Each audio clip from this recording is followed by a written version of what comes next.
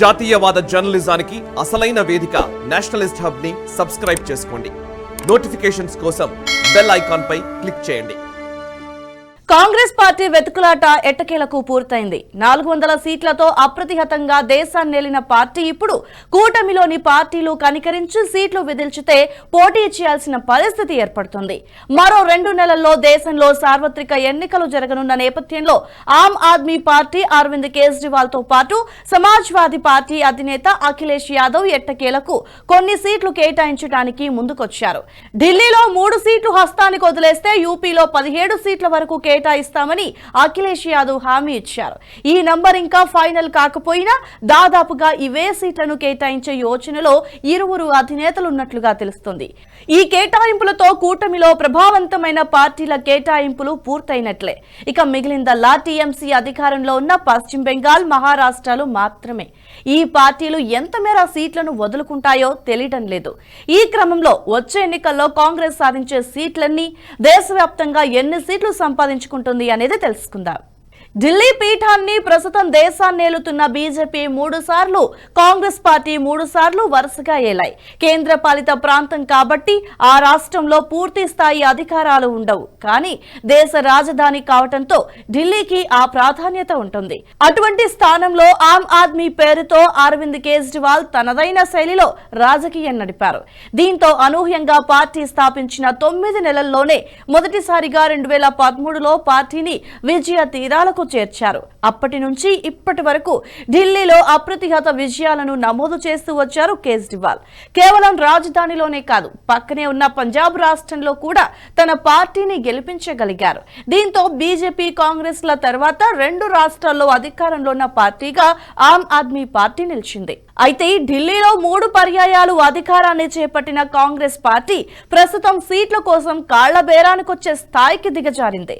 దేశంలో మరోసారి మోదీకి తిరుగులేదని సర్వేలన్నీ కంఠాపదంగా చెబుతున్నాయి. ఈ విషయాన్ని కాంగ్రెస్ తో పాటు దేశంలోని ప్రతిపక్షాలన్నీ ముందే గ్రహించాయి. అందుకే ఇండి కూటమి పేరుతో అన్ని పార్టీలు జతకట్టాయి. అన్ని పార్టీలు కలిసి ఉమ్మడి అభ్యర్థిని బరిలోకి నిలపాలని, దీంతో బీజేపీని ఓడించటం సాధ్యమవుతుందని తెలిపాయి. ఇందులో భాగంగానే అన్ని పార్టీలు తరచూ సమావేశాలను ఏర్పాటు చేశాయి. కూటమి పార్టీల్లో సరైన ఐక్యత అయితే లేదు. ఇందుకు కాంగ్రెస్ పార్టీనే ప్రధాన కారణంగా చెప్పొచ్చు. హస్తం పార్టీకి దేశవ్యాప్తంగా బలం లేకపోయినా ప్రధానమంత్రిగా రాహుల్ గాంధీనే ఉండాలని పట్టుబట్టడంతో పాటుగా అన్ని రాష్ట్రాల్లో తమకే ఎక్కువ సీట్లు కేటాయించాలని పట్టుబట్టింది. అందుకే కూటమిలో పెద్ద పార్టీ అయిన నాయకులు తరచూ ఆ పార్టీపై విమర్శలు గుప్పిస్తూ వచ్చారు. మమతా బెనర్జీ, కేజ్రీవాల్ వంటి నేతలు బాహాటంగానే ఈ వ్యాఖ్యలు చేశారు. రాహుల్ ను ప్రధానిగా తాము ఒప్పుకునేది లేదని తేల్చి చెప్పారు. ఏదైతేనేమి పార్టీలకు కూటమి ఇష్టం లేకపోయినా ఇన్నాళ్లు కొనసాగిస్తూ వచ్చాయి. ఇక ఇండి కూటమికి కన్వీనర్ గా ఉన్న నితీష్ కుమార్ ఈ కూటమి ఎందుకు పనికిరాదని ముందే గుర్తించారు. అలయన్స్ ఏర్పాటులో నితీష్ కీలక పాత్ర పోషించారు. ఉమ్మడి అభ్యర్థి ప్రతిపాదనను తీసుకొచ్చిందే నితీష్ కుమార్. కూటమికి కన్వీనర్ గా ఉంటూ అన్ని పార్టీలను ఏకతాటిపై తీసుకొచ్చిన నేత. అయితే ఎంత కలుపుకొని పోయినా కూటమిలో నేతలు కలవలేకపోయారు. ఎన్నికలు లేని సమయంలో నేతలంతా కలిసున్నా ఎన్నికలు దగ్గర పడుతున్న కొద్దీ వీరి మధ్య పొరపచ్చాలు బయటపడుతూ వచ్చాయి. మమతా బెనర్జీ, కేజ్రీవాల్ తో పాటు అఖిలేష్ యాదవ్ కూడా కాంగ్రెస్ పార్టీని అవమానించారు. కొద్ది రోజుల క్రితం బెంగాల్లోని ముర్షిదాబాద్ లో జరిగిన బహిరంగ సభలో మమత సంచలన వ్యాఖ్యలు చేశారు. తాను కాంగ్రెస్ కి 300 సీట్లలో పోటీ చేయమని కాంగ్రెస్ కి చెప్పానని, కానీ తన మాటను కాంగ్రెస్ వినలేదన్నారు. 300 సీట్లలో కాంగ్రెస్ పోటీ చేస్తే కనీసం 40 స్థానాలైనా గెలుచుకుంటుందో లేదో అనుమానమేనని చలోక్తులు విసిరారు. పశ్చిమ బెంగాల్లో కాంగ్రెస్ కి 2 ఎంపీ సీట్లు ఆఫర్ చేసినట్లుగా తెలిపారు. కానీ కాంగ్రెస్ పార్టీ మరిన్ని కావాలని అడిగారని, అప్పుడే 42 సీట్లలో పోటీ చేయమని చెప్పానన్నారు. అన్ని సీట్లలో పోటీ చేస్తే ఆ పార్టీ బలమేంటో తెలిసొస్తుందన్నారు.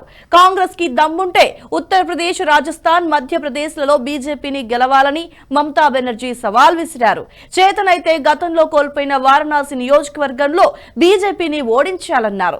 ఇక ఢిల్లీ సీఎం కేజ్రీవాల్ కూడా కాంగ్రెస్ ను తీవ్రంగా అవమానించారు. కాంగ్రెస్ కు ఒక్కటంటే ఒక్క సీటు కూడా ఇచ్చేది లేదని తేల్చి చెప్పారు.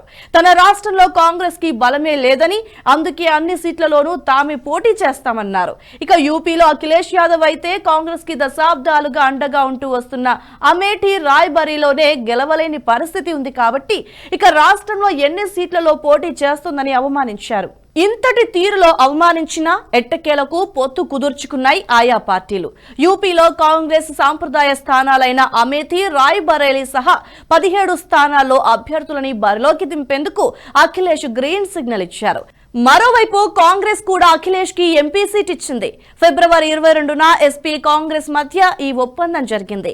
దీంతో పశ్చిమ బెంగాల్ తో సహా ఇతర రాష్ట్రాల్లో కాంగ్రెస్ కూటమిగా ఏర్పడే సూచనలు కనిపిస్తున్నాయి. ఇందుకోసం సీట్ల పంపకాలపై చర్చలకు టీఎంసీ అంగీకరించినట్లుగా తెలుస్తోంది. అయితే పశ్చిమ బెంగాల్లో 42 సీట్లుండగా కాంగ్రెస్ కి కేవలం 2 సీట్లనే ప్రకటించే యోచనలో ఉన్నట్లుగా తెలుస్తోంది. దీనికి ప్రతిగా మేఘాలయ, అస్సాంలలో ఒక్క సీటును టీఎంసీ కోరుతున్నట్లుగా తెలుస్తోంది. అయితే అరొకర సీట్లతో కాంగ్రెస్ ఈ ఎన్నికల్లో ఎన్ని ఎంపీ స్థానాలను గెలుచుకుంటుంది అనేదే ఇక్కడ ప్రశ్నగా మిగిలిపోయింది. ప్రస్తుతం దేశవ్యాప్తంగా కాంగ్రెస్ చాలా రాష్ట్రాలను కూటమి పేరుతో వదులుకుంటోంది.